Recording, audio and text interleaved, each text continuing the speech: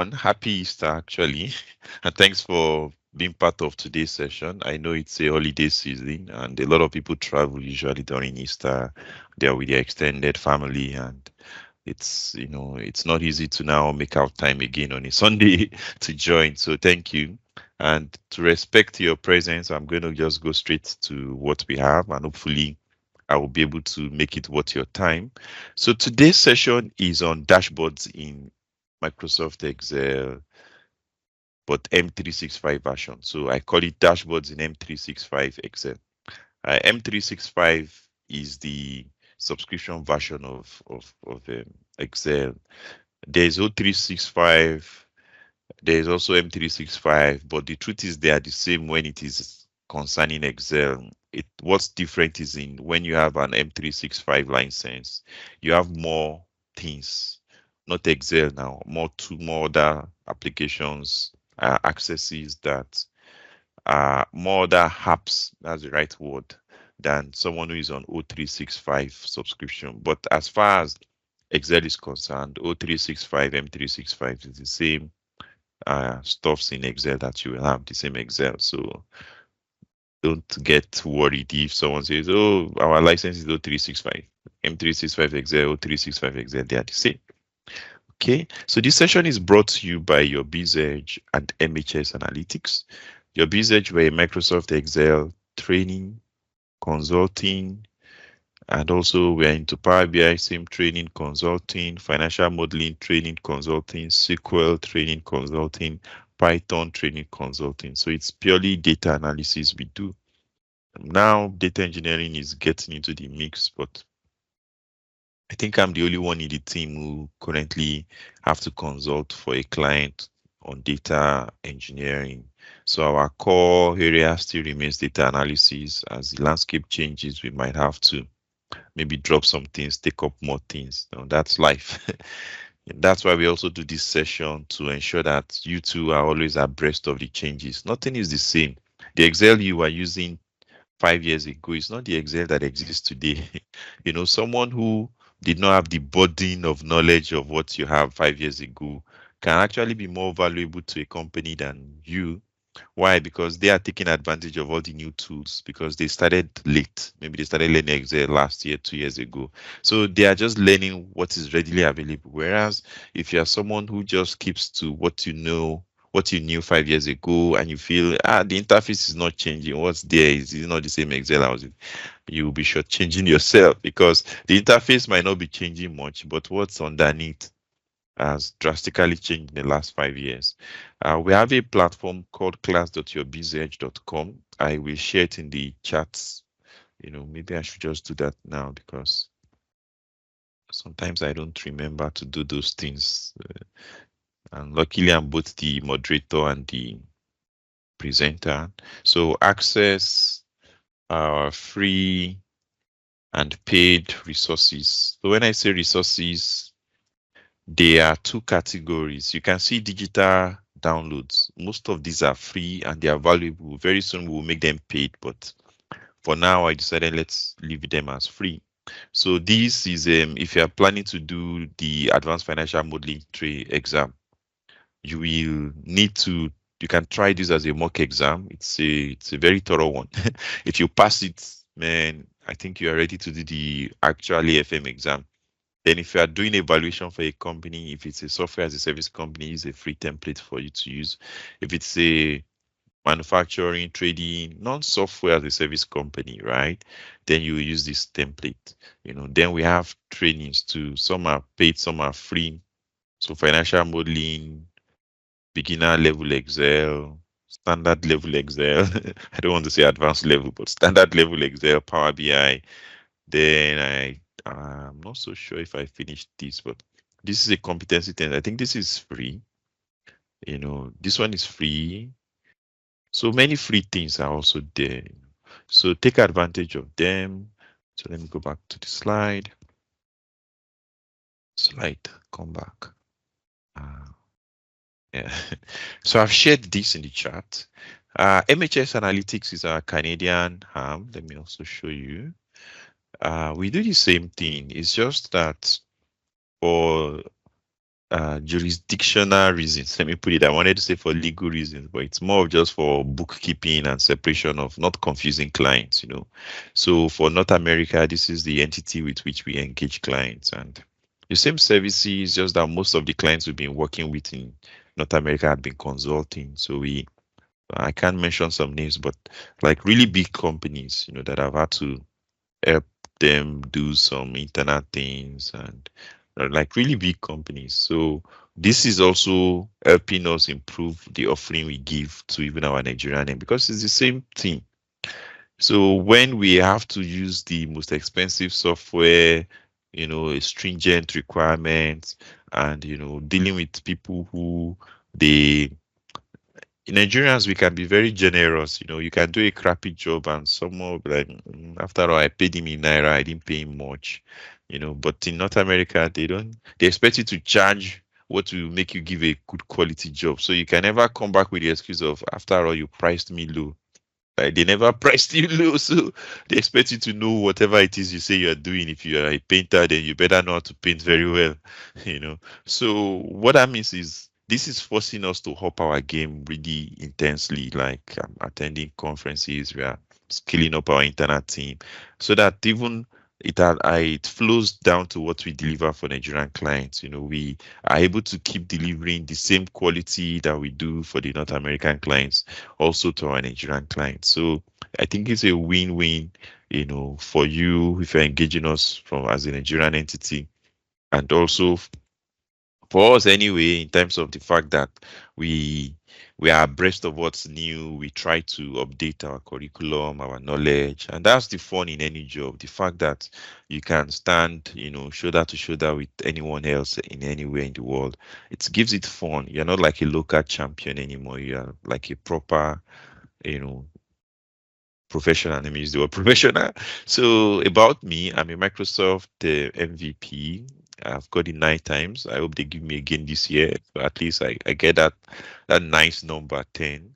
Um, and I am both the co-founder of your BZEDGE and MHS Analytics.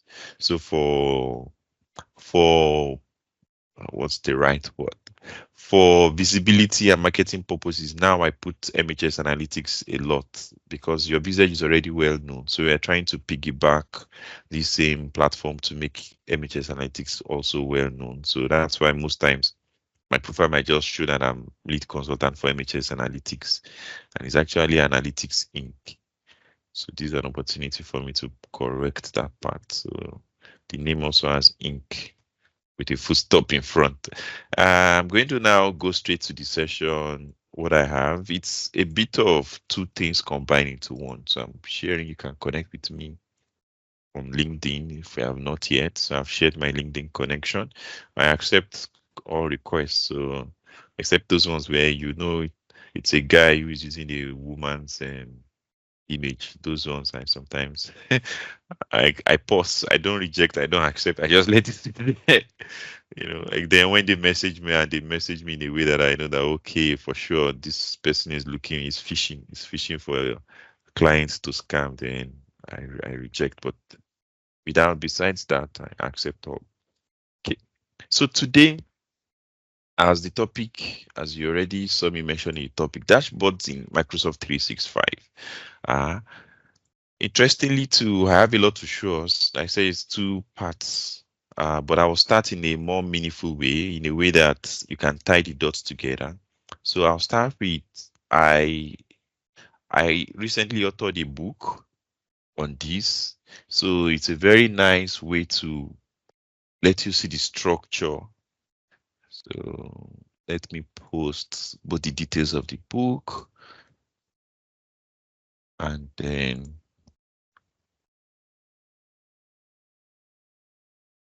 I've pasted it in the chat, and I'm going to click on the book link, and yes, and it opens here. So as you can see, it is called Building Interactive Dashboards in a Microsoft Excel, Microsoft 365 Excel. Interestingly, too, I'm going to have a session on Microsoft on MS Excel Toronto Club. Toronto Meetup Club. This this April. So today, what I'm giving you is going to be a more, I don't know, a less censored version. So that one, I might be more careful what I say. But in this one, I'm going to tell you everything without holding anything back. Like I won't self-censor myself. So, but this is like you are getting the heads up on what I'm going to probably present here. And also an opportunity for me to know what you most audience are interested in. But let's go straight to the key thing, which is the fact that Microsoft Excel is no longer what it used to be 5 years ago, 6 years ago. There's a whole lot that is been changing in it, and then I'm going to go straight into this is what I will use as my outline. So there are multiple versions. Let's just go slowly. Okay, great. Let me make this big enough to see. Okay, I think I can't really zoom, but I hope you see it this way. Let me try to increase my display. Zoom. See if that will. So I'm going to make these 250. Okay, I think that will do the trick. Let's just minimize this. Okay, now it should be a lot bigger now. All right, so this is first of all, I say it's two-part. I'm going to walk you through what's in here. The table of content helps me to bring to your mind all the aspects that you should be aware of. So in case you're not aware of any of them, you take a mental note and decide you're going to go read up on them more, try to do something extra to be abreast. So number one is the fact that when it comes to dashboards, reports, Microsoft Excel 365, what's the difference? Anybody wants to try? What's the difference between a dashboard and a report? Anybody wants to give it a try? You can type. I know the session puts me in presenter mode and puts you in attendee mode. But if you want to, you can try to type. So while I await your opinions, I can begin to talk about Microsoft Excel 365. So there are two major versions of Excel. There is the one where you buy a particular version, maybe Excel 2007, Excel 2010, Excel 2013, Excel 2021. So you buy a particular version, and that's the only thing. What's in that version is the only thing you will have forever. Let me use that word. You will not have any new features Microsoft releases because as at when you bought that version, that feature was not yet released.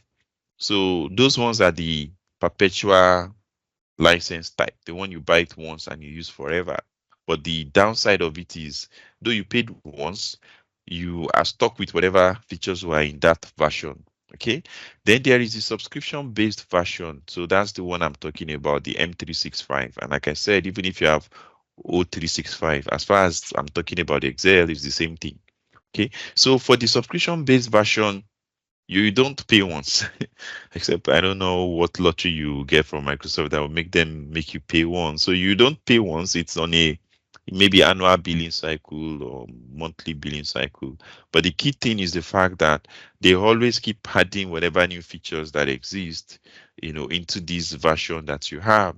And so what I want to explain is that with Microsoft Excel 365, you get the most up-to-date Power Pivot. Most up-to-date, when I say up-to-date, the advanced featured version of Power Query, because Power Query 2 is one of those things they've been adding features to. Sometimes you don't see it on the surface, so Power Query, Power Pivot, you are getting the advanced versions of them. And you are also getting new formulas. So we've got dynamic array formulas. We've got lambda formulas. So you're getting all those new formulas.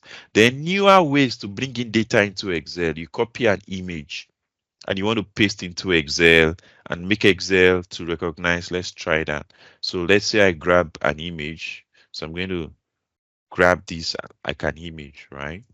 I'll do copy. I can go to Excel. going to show you a few other things, but let's just go step by step. So I can go into Excel. I go to data. Can you see from picture? And I can say from clipboard.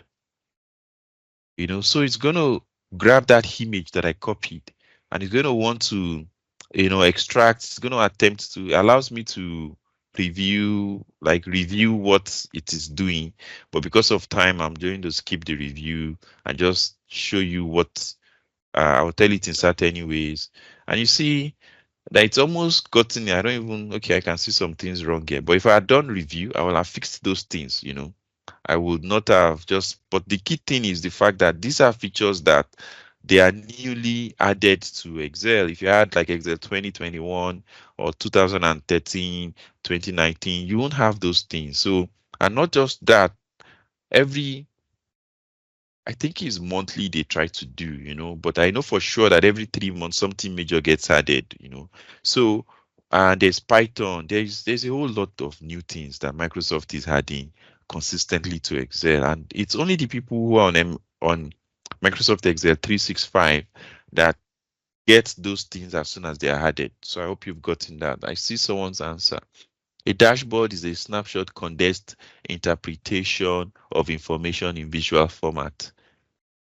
A report provides options to drill down into specific sections, categories of the dashboard, reveals the details.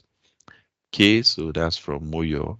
Then Tolu report gives specific in-depth information about a subject matter. Dashboard gives a high-level information, not so in-depth. Okay, so I'm going to tell you how I explained it in this book. So I explained it this way, first of all, that dashboards and reports, right? They are actually reports. So I explained that dashboard is a subset of reports because, to be sincere, if you go far back into when we started creating analysis with software, so maybe Lotus 123, VishiCalc. As at that time, there was no differentiation dashboard reports, and it was when computer screens became the final consumption version. So people will print what they analyze, they will print it. And so the moment computer screens became the final destination, nobody was needing to print the print copy as the final consumption era. Then people decided to care about if I'm hooked up to a projector, I'm on especially that projector when I needed to present it. Then we need to prepare something that we can use in-house to see everything we want to see. Maybe have another version that's going to be presentation friendly, so we can present to the board, we can present to some people that need to, like someone said, see the high level details. So the truth is that everything was originally a report. Then we decided to start creating another version of the report that's going to be more presentation friendly. Okay. So now presentation friendly means that if it was going to be presented via a screen, a laptop screen aspect ratio, a projector screen aspect ratio, then you're probably now wanting something that is possible to present as much as possible within one screen view. No need to have to be scrolling up and down, and maybe interactive. So you click stuffs and it responds and it's alive. So the way I explain dashboards is that dashboards, are those, it's you now putting in one screen view as the ultimate goal anyway. What's the business, the decision makers needs to see, and in a very interactive way. So sometimes, right, most of the time is high level they want to see, but I've also seen decision makers, I've had to create dashboards for people who what they want to see. Imagine a security man who reports. So telemetrics, this, your log, there's a way they call it, there's a more proper term, where all the driving you do, but now you drive for a company. So because we've had a training of Excel and it was an NGO, and the driver had to join the Excel class because the NGO was big on tracking everything. So they had devices that were tracking where you move to, and security was hooked up to the security thing. So the driver had to also do reports that needs to go talk to the security person, but he's a driver, so his core area shouldn't be data analysis. But the point I want to bring out is, if I was doing a template of dashboard to help him, so that he already has somewhere that is filling some information is also coming directly from the telemetric system that is installed on his car. But the key thing is the fact that sometimes what is high level for someone else is not really like high level somewhere else, because it's already, we are not hiding anything. There's nothing more low level than what we are displaying. It's just that it's lucky that what is reporting is something that is just very few details that it can put everything also in form of a dashboard straight away. So in summary, we are all correct. It's just that I'm trying to point out that if you think about it critically, a dashboard is a type of a report, but focuses much more on answering business questions than as the constraint of display. So you are trying to keep it within a particular display window. I try not to be specific about what it is, because the truth is the software you use that sometimes you have to align with. If you use Power BI, then dashboards in Power BI might not eventually be screen size, one screen size. If you do it in Excel, most times you try to keep it one screen size view. Okay, so and then going on, I talked about different common types of dashboards. So in the organizations, it's because this book is tailored much more for people who need to be understand how companies use dashboards and understand the way management downwards, from the board of directors, the CEO, all the way down, how they at the top expect things to flow up to them. So I talked about different types of companies, and then I talked about what's usually common from my own experience. So we usually find out that at the board level, they want to see uh, sales and financial analysis dashboard, supply chain, marketing, HR dashboard. So at that level of where there's the CEO, the board of directors, and the CXOs, right? At that level, the CEO at least wants to have dashboards that show for him how all the financial situations of the company are. So the owners of those dashboard of that would be most likely the CFO. Then sales too, they want to see, commercial director wants to be able to also showcase what's happening. And at that CEO board of director level, they want to see, what's happening as regards the sales. Similarly for supply chain and logistics, and there's marketing. Sometimes people confuse sales and marketing, but they are completely different. Even when some companies group the functions together under one exec, they are really different. Like you can't ordinary in an ideal sense, you should have a sales dashboard separate from a marketing dashboard. You shouldn't like think they are the same and try to always do a sales and marketing dashboard together. Uh, okay, and then the HR dashboard. So I explained what's common, the kind of common KPIs that you want to show. Usually on sales, they want to see the sales volume. They care a lot more. Most companies care about volume, especially large companies. They care about volume sometimes than value. Small companies might not care so much about volume than value. Why most large companies care about volume, for sales, sometimes more than value. When I say care, they will show the sales value for sure, but in the most of the metrics we are throwing up, we do more per volume metrics, market share, volume share, value share for sure. Sales value, sales volume, right? But then when they start to bring it down to regional sales and targets and uh, and down to how it goes to field sales officers, especially for manufacturing companies.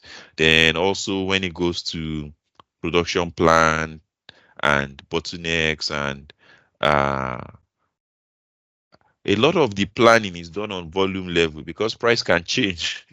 And sometimes you even do promos. There's a whole lot of things that happens that price does not capture.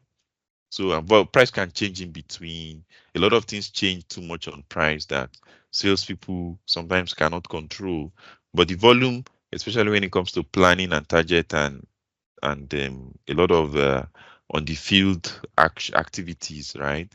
Volume tracks a lot more things than value. So at the high level, you will see values, but the more you drill down, it begins to become a volume kind of drilling down to surface out what is happening.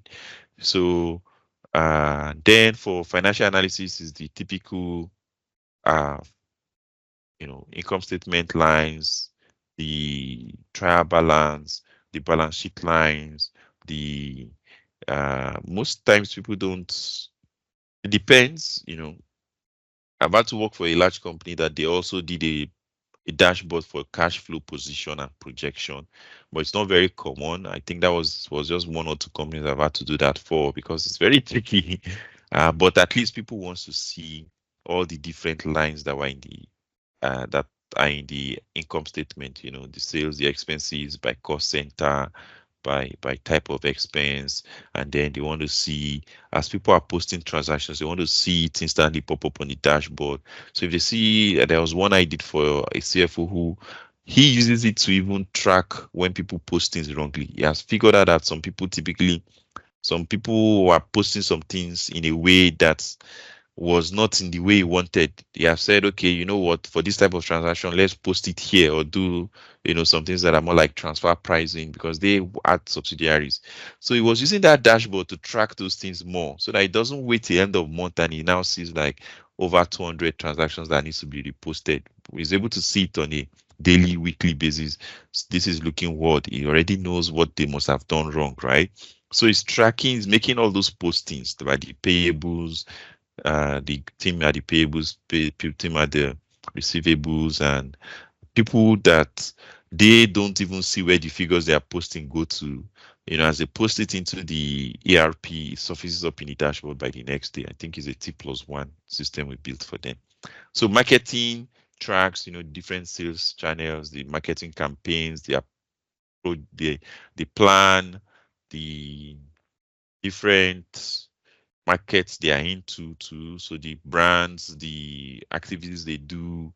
So that's why I say it's completely different from sales. They are tracking more of Naira and Kobo. I don't think they care about volume. Sales care about volume. Marketing guys care more about the spend and how they get back the money, the return on spend, ROI, sales, different sales channel performances, the ones that are already at max capacity that they can squeeze out more growth from, new channels of growth. So for them, it's a bit more strategic, whereas sales is a bit more guerrilla war. They need to just like push the products out as quick as possible. Whereas marketing is a bit more like thinking more strategically. How can we unlock new growth channels and new channels? What other interesting things can we do? So and then I talked about Power Query essentially. So this was my own way of opening our eyes to the fact that when it comes to now building dashboards within Excel, it's not the way we used to do it. Like, well, I used to do it 10 years ago. 10 years ago, in 20, is it 10? In fact, in 2011, while I was working with a company that I was analyzing, was actually Ete Africa Conviva project. So I was working as data analyst and MIS, and I was reporting all our operations around a particular product. We call it CRBT, coloring back tunes. So we had like, I can be wrong, but let me just give you the figure that I think it is. We had like about 10 million subscribers across Africa. And then Nigeria had the highest, I think. Maybe we had like 7 million because Nigeria had about 1 million and Nigeria had the highest, followed by Congo and the rest. This was like 2011. So every day, the team in India, they've done a process that pushed the export of the files into flat files. So there's a system process that runs at midnight and pushes all the data of activities, operations, export it as zipped and zip it and email to the MIS team. So I'm part of the team, but I handle the one for Africa. So I know that it's sitting there. I go there when I get to work in the morning. I download the raw data. I bring it into Excel and I begin to build my dashboard that will show how sales has been, per different product. So for us, the products were ringback tunes. So we had different subscription levels. So I was showing new subscription renewal, tone download, tone renewal, new customers, churn customer, active base, those who are on grace, So I was showing all the metrics that they needed to see. So it was like, it was it's a dashboard that you could collapse. That's the interesting thing. So I didn't use too much of, I used filter, but I also used a lot of collapsing.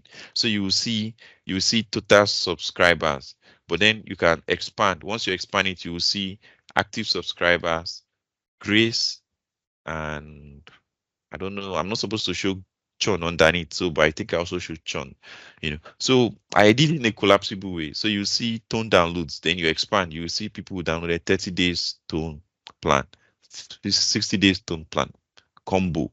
So I used a kind of collapsible way. So everything fits into one screen, right? We were always showing today versus yesterday, month to date versus last month till date, year to date. So all the things I was showing them, but then I use more of collapse. So you see the major things you want to see, then you can click and you see by the different countries. So when you see like this is our total um, downloads, you can expand. You click, it's a plus. Most of you will have. Let me explain what I'm saying. I don't know if everybody is a bit familiar with this. This was what I used, this group. So where you can come here and click group, right? And then what happens is there will be a plus. See, so I didn't even do it properly. If I had done it properly, something will show up. Then, let me just undo it and do it once more. Okay. So I use this then, but the key part I want to bring up is the fact that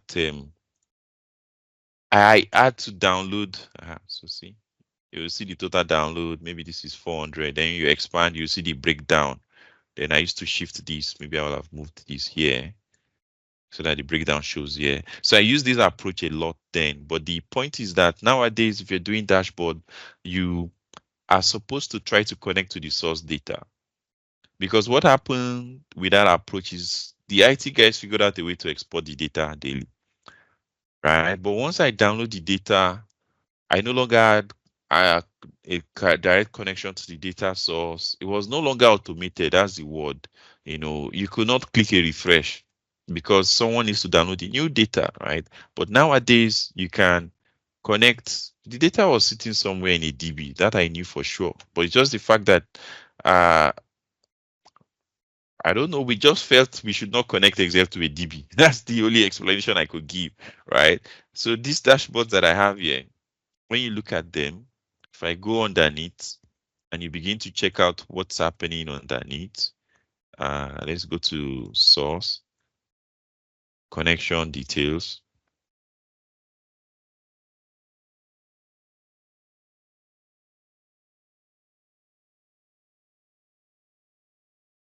It's coming up. Connection, see? If I right click, okay, you can see that it's telling me, even right now, you maybe are not yet seeing it. I could go to edit and it brings up Power Query, right? So are you now seeing the connection between everything I'm saying? It brings up Power Query. And then if I go underneath, furthermore, okay, because this was the book, I needed to give people a CSV copy, but not a worry. I can actually show you in the first version of the book, I connected to the data source directly, but because I needed to give people the practice file, I had to now export the data as CSV.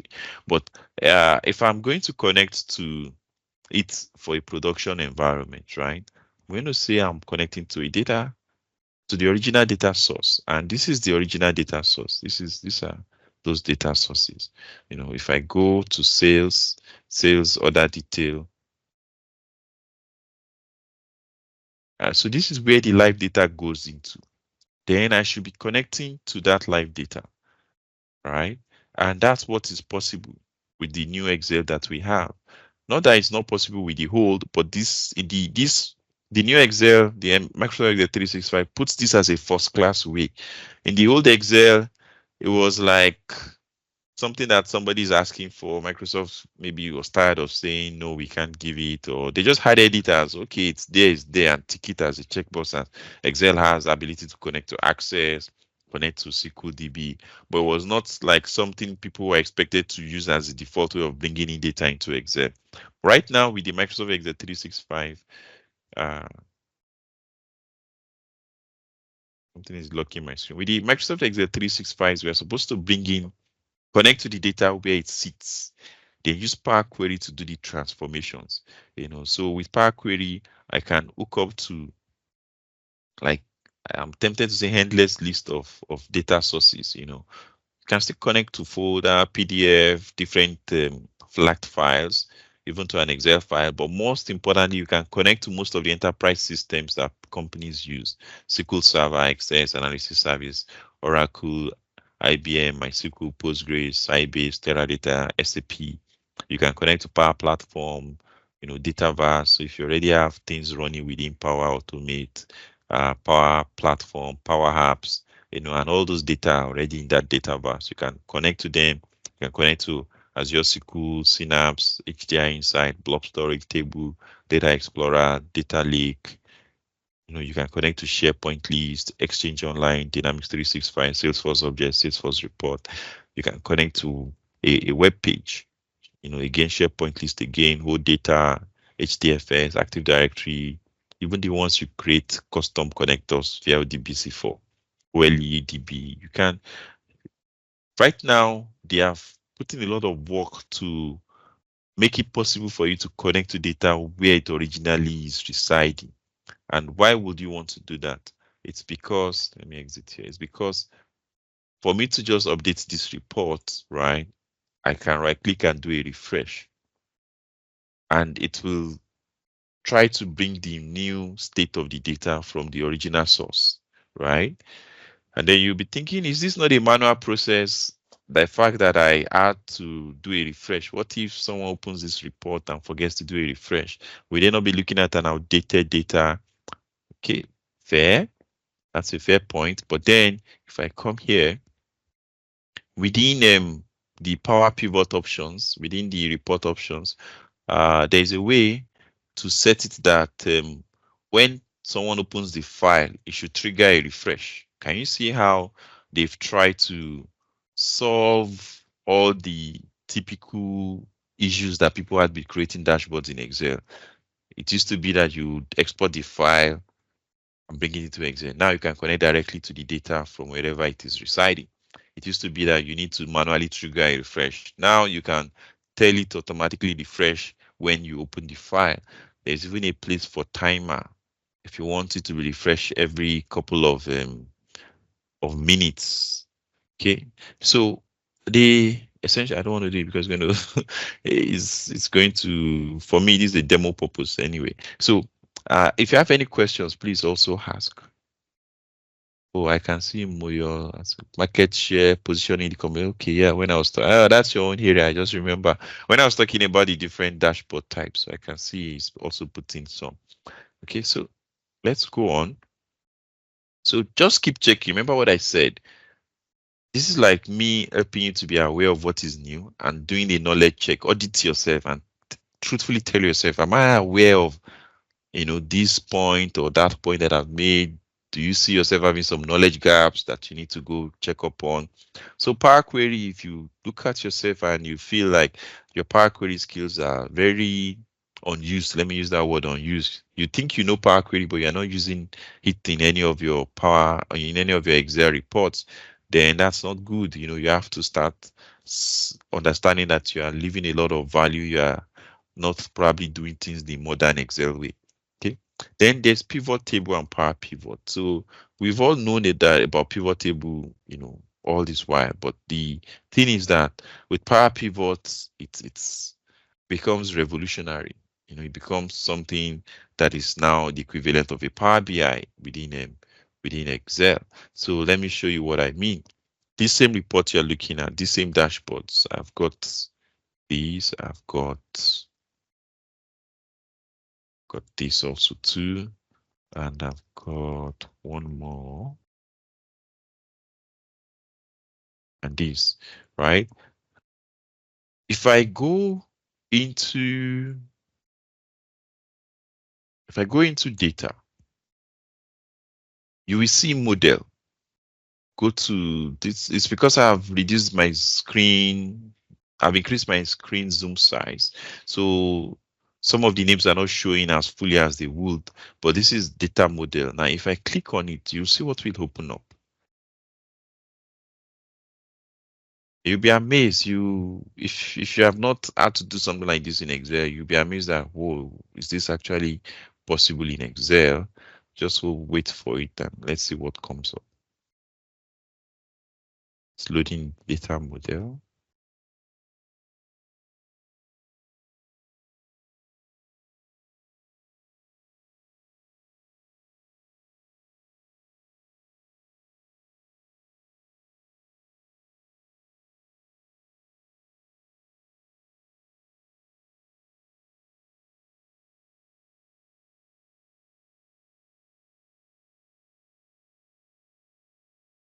Okay, so this is it, right? You see, this looks like a very different environment. This is Power Pivot, and more importantly, is that let's switch here.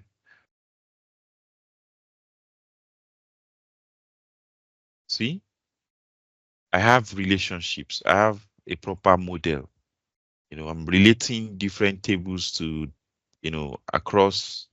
I'm saying this is connected to this. This is my transaction table. These are all fact tables. I'm creating relationships. These are things that we could not do in the normal Excel. You have to start doing VLOOKUP. You have to look for something that will make something unique and have a key column and start to now collapse everything into one giant table, using VLOOKUP to bring data from everywhere else. So you can have one giant table where there is duplication of records, and not just duplication, you are multiplying the occurrence of that record, So maybe somewhere it would have needed to just have the customer transaction only. Now, because you are bringing in the customer address into that table, you are bringing in the region into that table. Region that are just 5, you now have, if you have a table of transactions that was 100,000, you will now have regions that is now 100,000, rows of record, Whereas it's just if region was just its own table, it will have just needed 5 rows. So these are things that Power Pivot makes possible. The fact that I can create relationships, I can do a proper data modeling, and that's what you're able to do with pivot table, Power Pivot. And when you are done, you simply take the data back into Excel as either a pivot table or a pivot chart. So that's what I have done. Once I was done with the transfer, with the relationships and modeling, I brought the data back into here as a pivot table record. Okay, so again, check. Do you think your knowledge of Power Pivot is strong enough to create data models within Excel? If the answer is no, then it means this is another thing you need to strengthen your knowledge on. And then what about the Excel formulas? There's the legacy ones, the ones that have always been in Excel all this while. So I'm not going to talk about those ones. I'm going to talk about what are the new ones. So now we have dynamic array functions, and we've got lambda functions. So dynamic array functions are functions that when you do them, let me pull up one of them. Example is unique.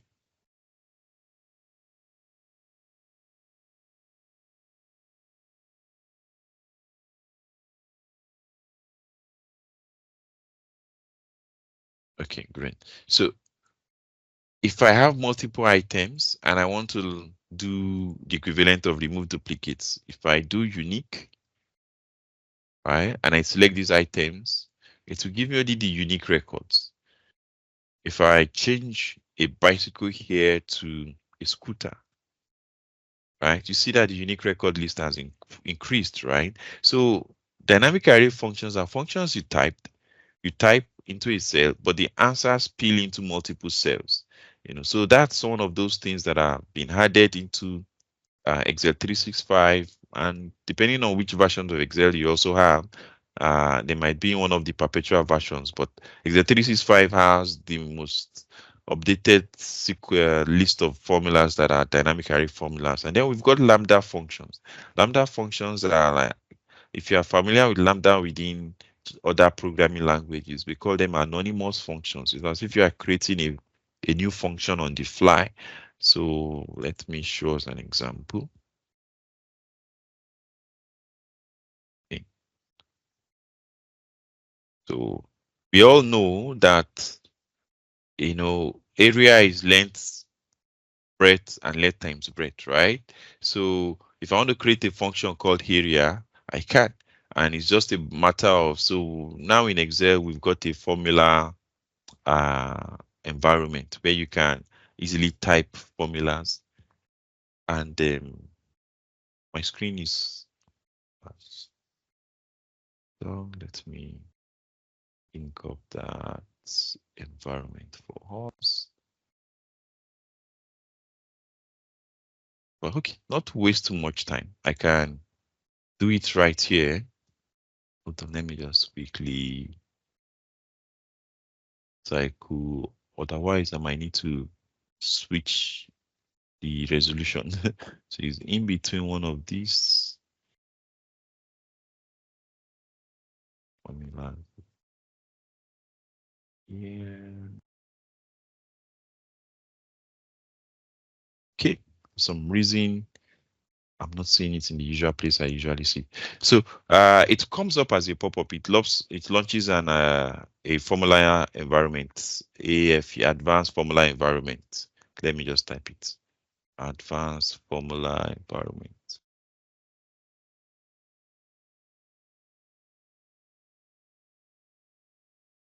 Just hope that I've not logged in into the wrong account. It would be nice to show you. So let's just pull it up together. So you see,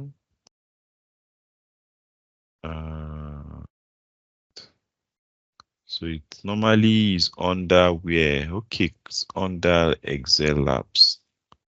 Yeah, under Home.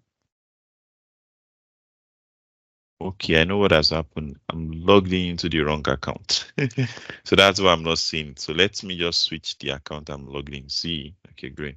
So now it's come up. And then great, open, okay, great. So I can create a new function. See, I can say I want to create a new function, call it area of a circle, or something else, whatever new function. And I'm basically using lambda. We could do the volume and say I'm going to ask for length,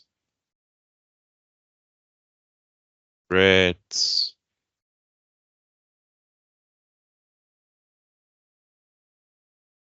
width, and then it will be length times breadth times width.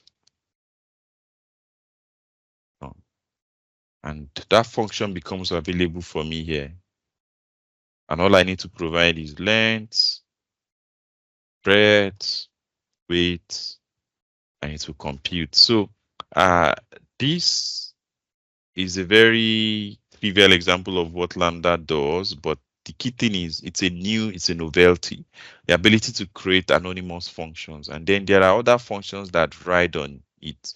So I walked through bycall, there is bycall, there's a lot of new set of functions. Because of time, I might not show you. Let me see if I have an example ready-made here. And did I do some of the? Okay, so I did by row. So you see how I have a function that is expecting a lambda in it. So that's why we call them lambda functions. If you chain a lambda into them, so by row means it will apply the lambda across row wise. So this again is another opportunity for you to just check and see, am I familiar with Lambda functions? Am I using dynamic array functions? Especially these ones I've listed, these are the common ones. They've added more to the Lambda function. So this list you have more. There are some new text functions, but for now, um, I'll say if you find yourself not comfortable using any of these, then this is another knowledge gap that you need to get fixed. Then charts. So for charts, nothing new per se, except that with Excel 2016 and above, we had these three maps on board: histogram, box and whisker, waterfall, funnel. So you also want to be comfortable with them because you want to try to use them to show the full value of the reports the dashboards you're creating. And then in addition to charts, there are also non-chart visuals, conditional formatting, shapes. So let me show you an example.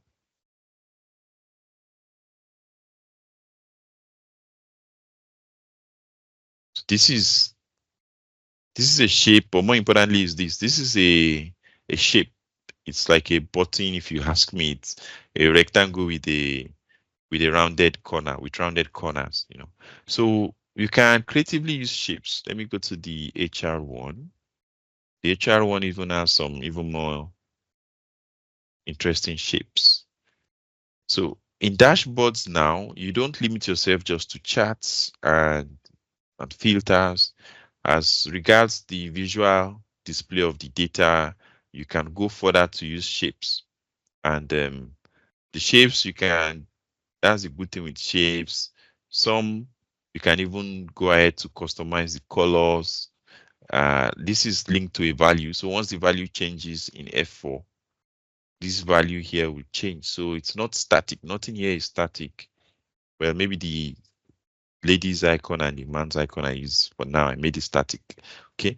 So shapes, then conditional format shapes. Conditional formatting, bottom rows, data bar. Let me show us.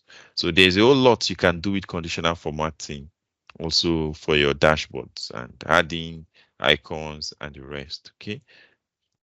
Time. And so all of what I've said is now put together in some of these reports. So I can't really, I've done a session where we did this together. I think it was the HR session. There was a session I had that we built from scratch, one of these. Let me show you the session link.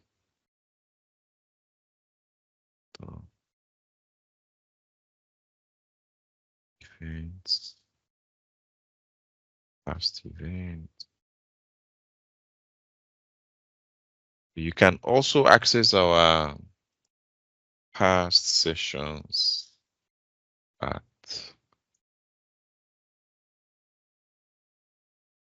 there was the one where yeah, it was sales dashboard. So I built this one from scratch in the session. So in building it, we combined all of what I said. We went from bringing in the data into Power Query.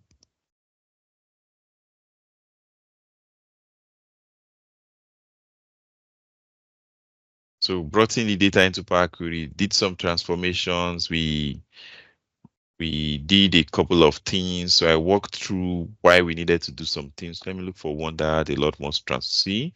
So this one had a lot more transformation, I think. Yeah. So this was the original data.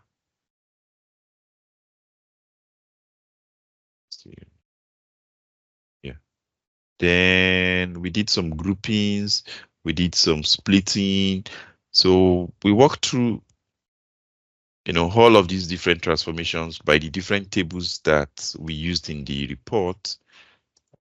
And then when we were done, we loaded the data. So I showed how to load, the options you get with loading. Do you want to close and load as a connection, close and load all the raw data into Excel sheets? add to a data model. So I showed all of those options. And then after we loaded, we made sure we load to data model in this case. So I loaded all the data into data model. So if you go here, the options I selected was, let me right click. I chose load to, you see, how to data model, create only connection. So I explained all of these, the difference between them, why you would choose one and not the other, right? Then once the data are now in the data model, so if I go here, so you see this is the data model. The relationships were not existing.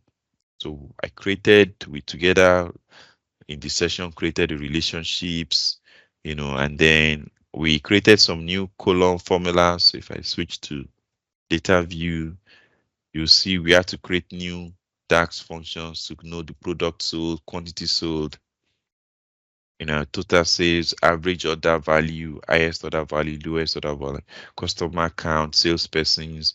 So we did, other things, that wasn't just limited to what was in the original data set, so that way we could have all these measures. So this one is related to the other quantity. So if I drag this down, you will see that there's something underneath where they are linking to. And if you look at this is actually coming from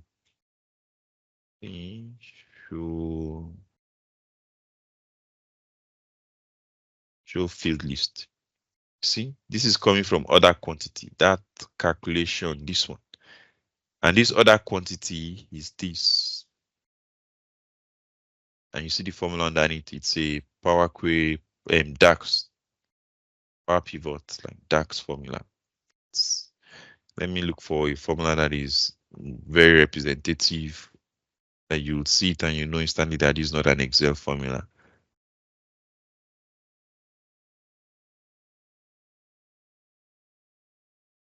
Okay, at least this one, distinct count, no blank. It's not an Excel formula, so very sure, it's a very good way to show how we used it in Excel. So if I go here, distinct counts, customer count, this one, can you see customer count? Customer count. But this is the formula that is feeding it, right? So what's unique about it is it's responsive. If I change the filter, they will all change. So that's what makes them really interesting. The fact that it is all tied to a model. That's why we call it a data model. As you change something somewhere, I think what I changed just now was the date calendar. I changed the calendar selection. Everything else will change. That's what makes it a model. And that's what makes it different from most of the other dashboards or static reports we build in Excel or formula only reports. The fact that this one is fully integrated, I'm not using helper sheets. If I was to do this in Excel, when I was doing this 2012, 2011, and I was not there were all these were not there, Power Query, Power Pivot were not, I would have like 5 other sheets. I'll call them calc sheets. So this one could be calc for sales value. They could have another calc sheet for period or dates. So we'll have different calc sheets that I will hide them eventually. Then I will now have the dashboard linking to those ones. So that was the way we were doing this previously. We were having to create a lot of sheets, data duplication, because I was copying data from multiple places, duplicating them again and again. The whole thing would just be bloated. So, but nowadays we don't have to. So any questions? Unfortunately, this thing is saving. I should have turned off autosave. Okay. Any questions? I think I'm now at the end of my time for this. But thank you. The amount of participants has reduced. I must have presented in a very boring way. But any questions from anyone before I wrap this session? Okay.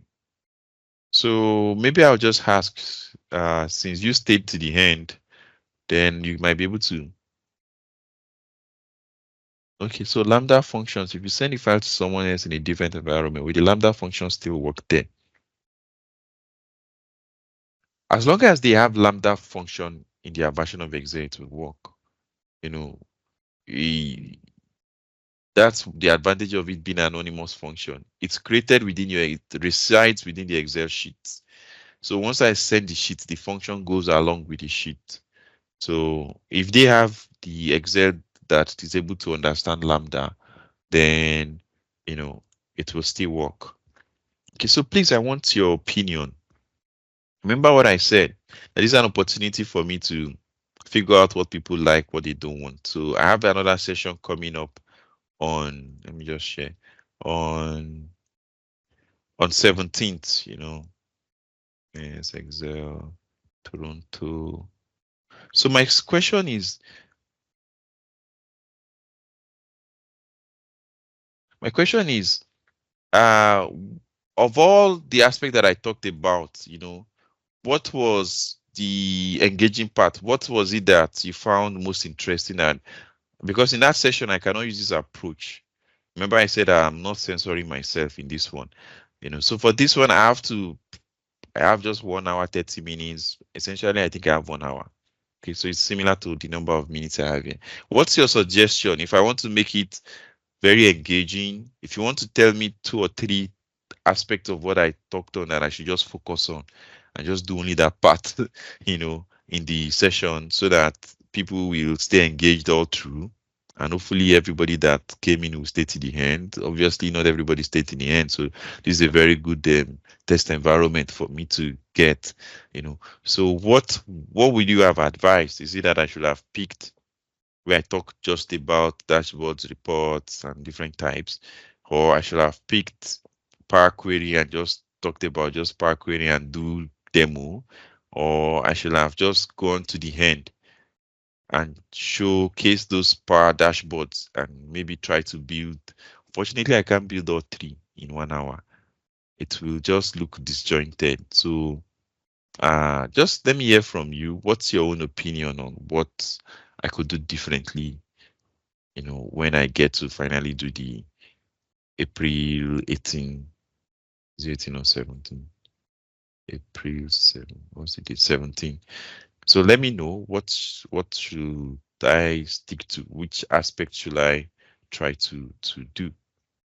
Should I What for you was interesting? What did you find engaging in everything I've talked about, or that you think looked really newish, or really like what most people will not really have known, or they'll be much more interested in wanting to see a practical demo of?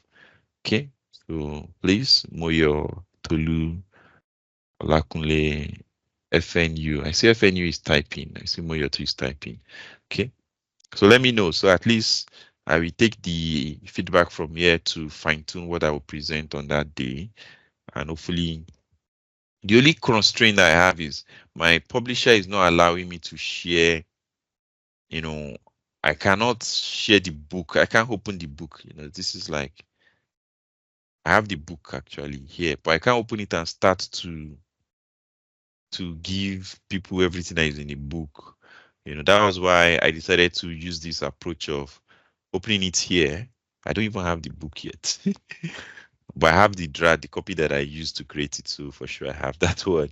So that's why I use this approach of coming here to walk through the chapters and use this as my table of content. I should talk about the automation and dynamic function part. Thank you.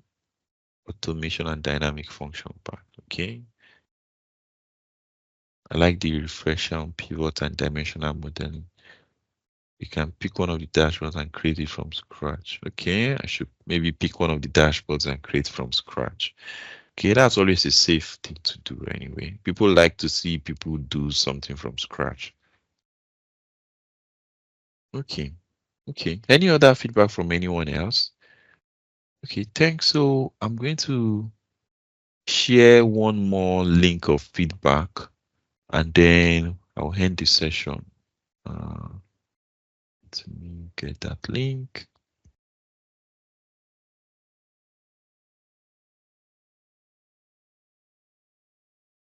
Looks like it's been a long time we had Excel session. We've been suffering from lack of presenters for the Excel. So if you can we get a free copy of the PDF book? So what my publisher allowed me to do was they allowed me to send a PDF. Let me see if I can attach something here. Attach a file. Okay, I think I can attach file. So upload from this device. So I'll try to attach what they allowed me to share. So they allowed me to share, I think it's this one. A sample page. It allowed me to share chapter 1. I just want to be sure if this is it. Then I'll attach it into no, it's not this. Chapter 1. Chapter 1. Okay, so this was the one they allowed me to share. I can copy it. Copy. Go back here. Then I will upload it into our session so that you can be able to download it. Just want to be sure that is the right one. Okay, yeah. So let me do that. Go here. Upload.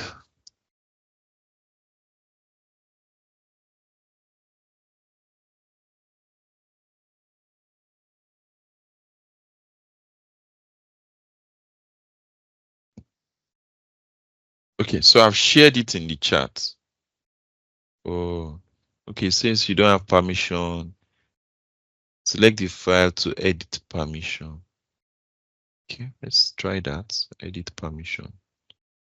To edit permission. Boy, this is a lot of work. I'm going to give you a link. Yeah, to make it easy for you to download. In case if you're not able to download the way I've shared it.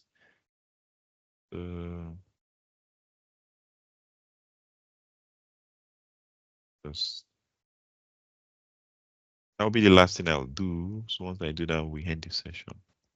But thank you very much for staying to the end and for the feedback and suggestion on how to do the next version of this presentation that I have.